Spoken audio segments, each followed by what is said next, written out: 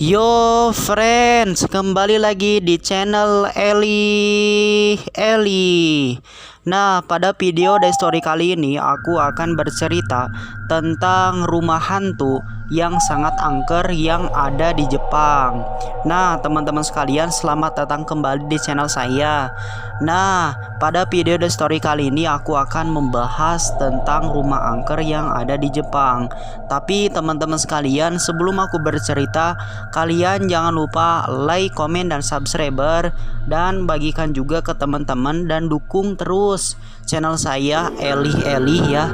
Dan buat kalian yang ingin request dari cerita-cerita baru, silahkan cantumin aja di kolom komentar, karena saya Eli akan standby buat kalian semua ya, karena saya akan ngeblog setiap harinya. Dan kalau udah, kita bisa mulai ceritanya. Pasti kalian sudah tahu tentang rumah terkutuk Saiki House. Konon katanya siapapun yang berani masuk ke rumah tersebut, cepat atau lambat ia akan dibunuh oleh hantu Kayako. Atau dia selamat dari rumah tersebut, dia akan mati dengan cara yang tidak wajar dan mengenaskan.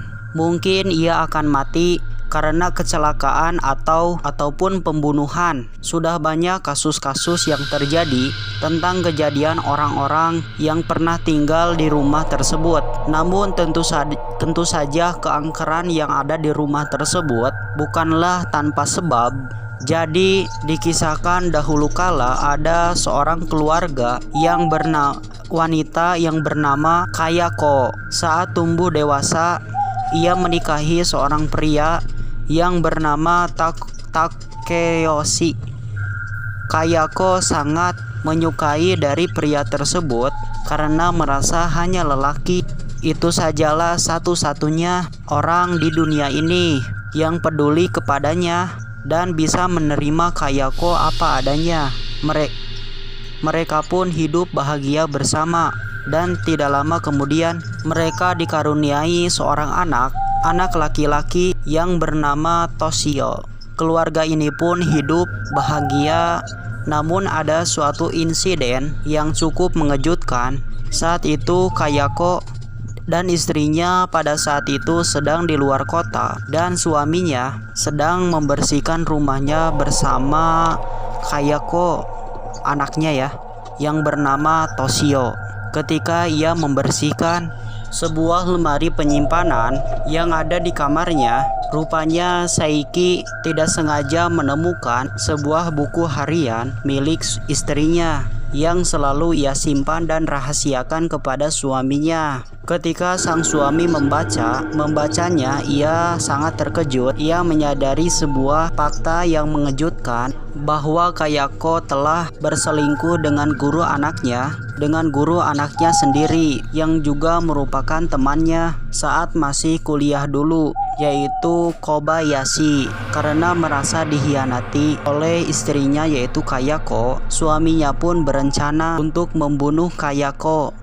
Ketika sang istri baru tiba di rumahnya dan hendak menuju ke lantai atas, Takeo sudah menunggu istrinya di lantai paling atas dengan sebuah pisau di lengannya. Saat Kayako tiba di lantai atas, tanpa pikir panjang, Takeo pun langsung menyerang Kayako tanpa belas kasihan sama sekali. Ia menusuk, memukuli, dan menghayat Kayako dengan berkali-kali dengan sangat kejam, tepat di depan anaknya sendiri. Kayako mencoba untuk melarikan diri, namun sang suami terus mengejarnya. Ia pun berlari dengan kencang, namun karena banyaknya darah yang keluar dari sekujur tubuhnya, Kayako pun terpeleset dan terjatuh, sehingga menyebabkan pergelangan kakinya patah. Karena putus asa untuk kabur, dirinya merangkak untuk menuruni tangga. Namun ketika Kayako berhasil mencapai pintu depan rumah,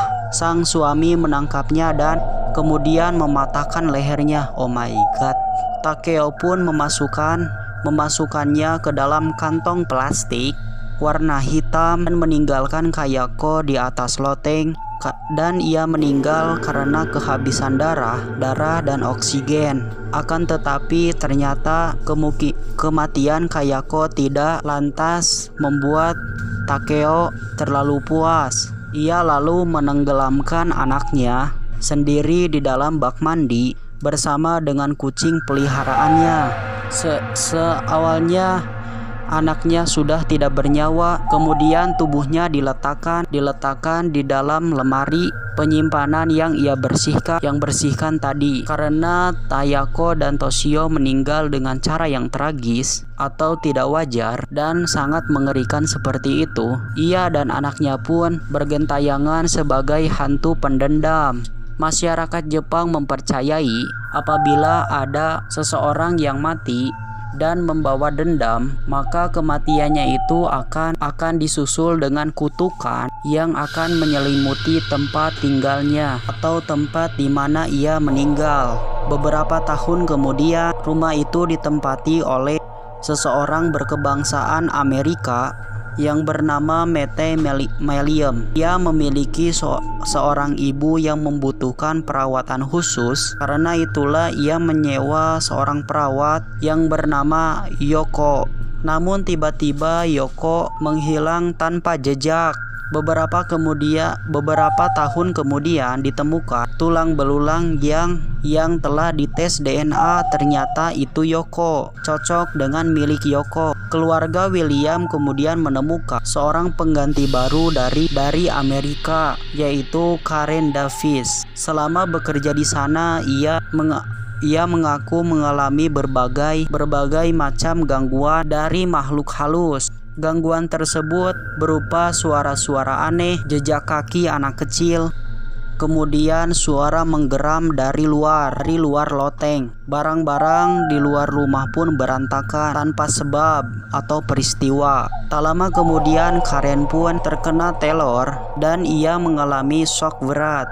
Agen yang mempekerjakan dari Karen, agen bukan main ketika mengunjungi rumah itu. Ibu William yang sakit sudah menjadi mayat. Karen sendiri ditemukan sudah tidak bernyawa lagi. Shock dan hanya duduk pojok ruangan. Setelah diinvestigasi, ditemukan sebuah penemuan yang sangat mengejutkan. Mayat William dan istrinya tergeletak di loteng. Tidak heran jika selama Karen bekerja di sana, ia tidak pernah sekalipun bertatap muka dengan William. Tapi ia merasa keberadaan orang lain selain ibu dari William. Setelah Karen selamat dari rumah itu, ia dirawat di rumah sakit. Namun ia merasa ada sesuatu yang mengikutinya.